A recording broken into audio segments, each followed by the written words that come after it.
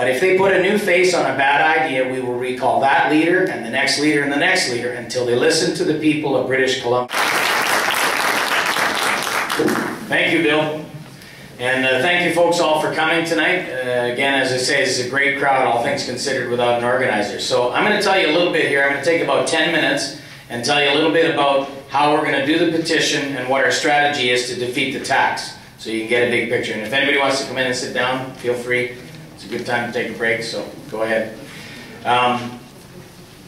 Basically what's happened is Bill has applied to Elections BC for a citizen initiative petition. So unlike all the other petitions that have been going around about the HST, this one is a legally binding petition on the government if we succeed. Every other petition is really a protest vote, and most of them have been taken and thrown into the shredder by the government, unfortunately. Doesn't mean they were wasted, because they've helped keep the issue alive, but this one is the only legally binding petition because it's done under the Citizen Initiative Act. And attached to that petition is a bill, a draft legislation that Mr. Vander Zalm and myself created that will be sent to the legislature if we're successful. And the petition itself is called An Initiative to End the HST. And when people sign it, when they sign that petition, they're signing to enact this legislation. And the legislation has three components to it. The first component to it is it will cancel the CITCA agreement that Ottawa signed with British Columbia creating the HST. So it will extinguish the tax and repeal it. So for those people who tell you it's a done deal, it's coming in on July the 1st, you're wasting your time, forget it, they don't understand. We are going to repeal the tax. It doesn't matter when it comes in. This petition will be completed and will go to the legislature when we're successful, and they will have to repeal it. So that's the first component of the bill. Second component, and this one was kind of fun, but we're returning back to the PST as we know it now. And when Bill and I were drafting this, I said, hey Bill, while we're on a roll, why don't we get rid of the PST as well? And he said, well, we got to be responsible. So what we decided to do was reset the clock to June the 30th, which is the day before July 1st when the HST comes into effect, and reinstate the PST as it is today. And governments and political parties can fight it out at election time as to what to do about that. But the idea was to stop the HST, go back to what we had. And the third component of the bill is a refund process where any HST monies collected between July the 1st and probably September when the legislature reconvenes to look at this bill, any HST monies collected over and above what they would have collected under the PST will be refunded to every British Columbian on a per capita basis.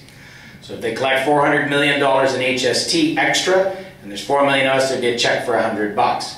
And the premise there is that it's our money. We've told them repeatedly, we've told our MLAs, we've told everybody, the polls have shown the overwhelming majority of British Columbians don't want the tax. They had no business collecting it in the first place. So those are the three components to that bill. So when you're signing the petition, you're signing to put that bill before the legislature and have them vote on it. Now we need 10% of the registered voters in every one of the 85 constituencies in British Columbia for this to succeed. We're going for 15% because we can't take any risk. We don't want to have a wrong signature or something stroke off and then end up having, one or two ridings fall off. So we're going to have 15% or better on all of the petitions in order for it to succeed. Once that happens, the government has one of two options. It can vote on the bill in the legislature, or it can refer the bill to a province-wide referendum. We don't know which way they'll go with it, but we expect they may vote on it in the legislature, and there is a possibility they're stubborn enough and arrogant enough to vote it down. So that could happen. But we have a contingency for that, and I'm going to tell you about it in a minute. But Bill and I have talked about this a little bit and said, the likelihood of them voting that down is starting to get slimmer and slimmer. The more people that show up at these meetings, the more the outrage builds in this province. For them to take the first petition that succeeds in this province and gets to the floor of the legislature and to vote it down and slap the face of the people in this province yet again, to me would be probably not just the end of them as a government, but the end of them as a political entity in British Columbia. It would be huge. But if they do that, if they think they can get away with that, then we have a backup plan. So the three-phase strategy that we have to defeat the HST involves the petition as the first phase. And in building the petition, we're building an army of volunteers. We have 4,000 people signed up across the province already. 1,700 of which Bill has already initialed his signature on their form to go to Elections BC as canvassers, and we need everybody else to continue filling those forms out to do that.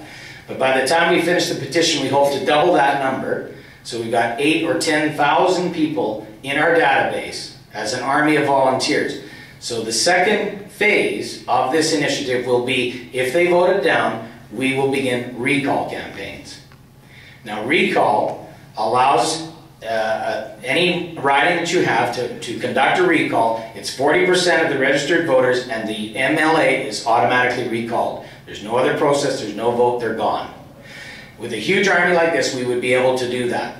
Now, you can't begin a recall until November of this year. It has to wait 18 months after an election. So when Bill and I first got all these emails coming in and started kicking around the idea about how to do this, we said, well, let's start with the petition. We'll give the government a chance to do it the good way.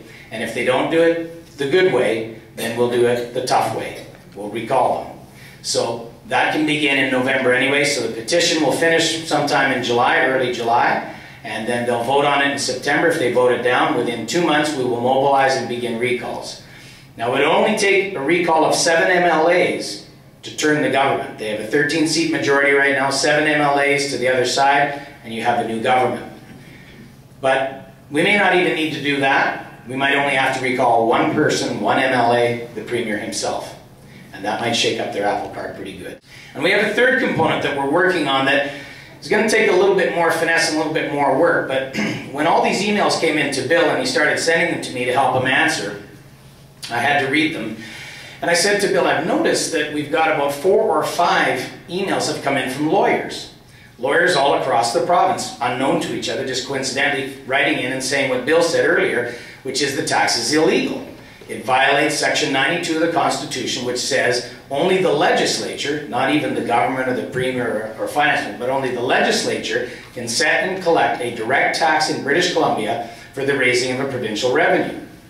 So to get around that, they've created the HST, which is a 100% federal tax, controlled by Ottawa essentially. And in exchange for us giving up the PST, we will get a share of the revenues of the HST. So today in the legislature in Victoria, they voted to rescind or repeal the HST, sorry, the PST. That's all they did. The HST was created before Christmas last year when the federal parliament passed it based upon the agreement signed with BC. So these lawyers said that's illegal, you can't do that. So Bill and I called a few of them and started having discussions, and one of them who's very, very good in Kamloops, an expert constitutional lawyer, said, yeah, I think you've got a case.